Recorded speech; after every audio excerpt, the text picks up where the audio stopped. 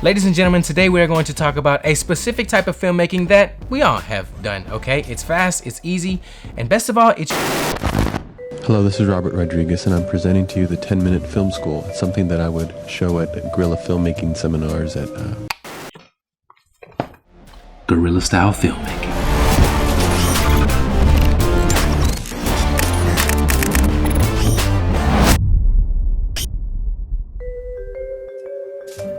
Make sure it's solid, right? It's not blinking? All right, good. Good. Let's try it again. Good. I'm trying to get it right. Come on. Get in your light. Guerrilla filmmaking is a type of filmmaking that is done usually on the go without the proper permits or permissions. There are a lot of positives when it comes to guerrilla filmmaking. It's fast, it's cheap, and quite honestly, it follows the advice of the pros, which is just go shoot. But I do think there's a point at which guerrilla filmmaking can hurt you as a filmmaker. So let me offer you some reasons of why I think you may want to stay away from all that running and gunning.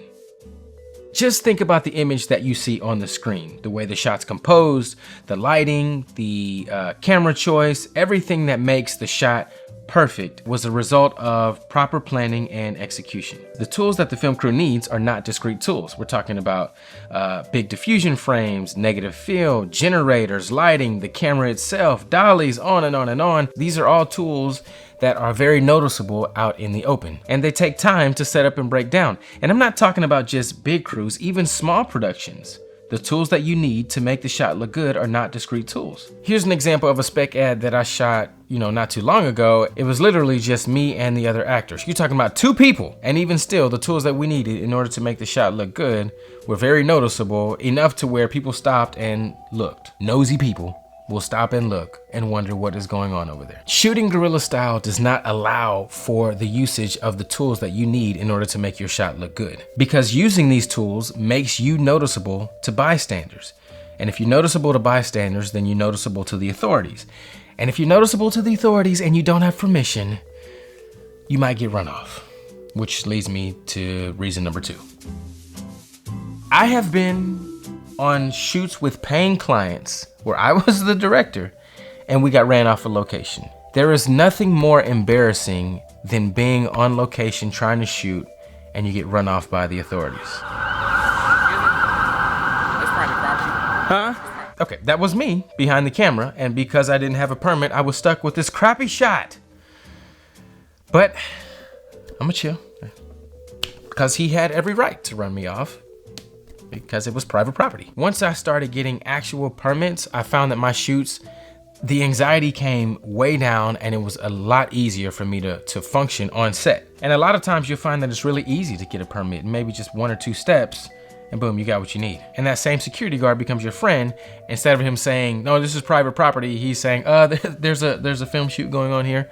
You guys need to get away. Thank you. You too, you need to get away. Working with actors to draw out their best performance is probably one of my favorite things to do as a director.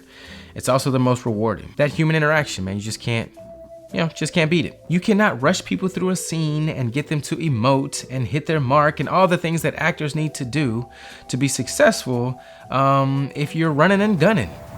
What? Shoot. I'm sorry, did you say something? I'll just say mom. Ready? Oh, okay. Here you go. You're sitting here trying to mumble stuff to your actors real quick because you're trying to hurry up and get the shot. That's just not doing your film any justice. Your actors and your talent will appreciate you much more if you give them the proper time to do their job right. I get it.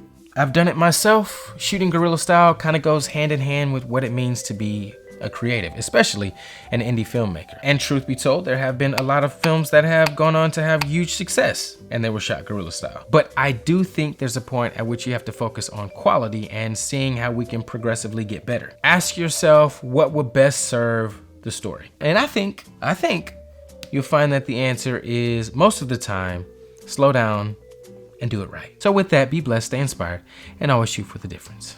Thank you.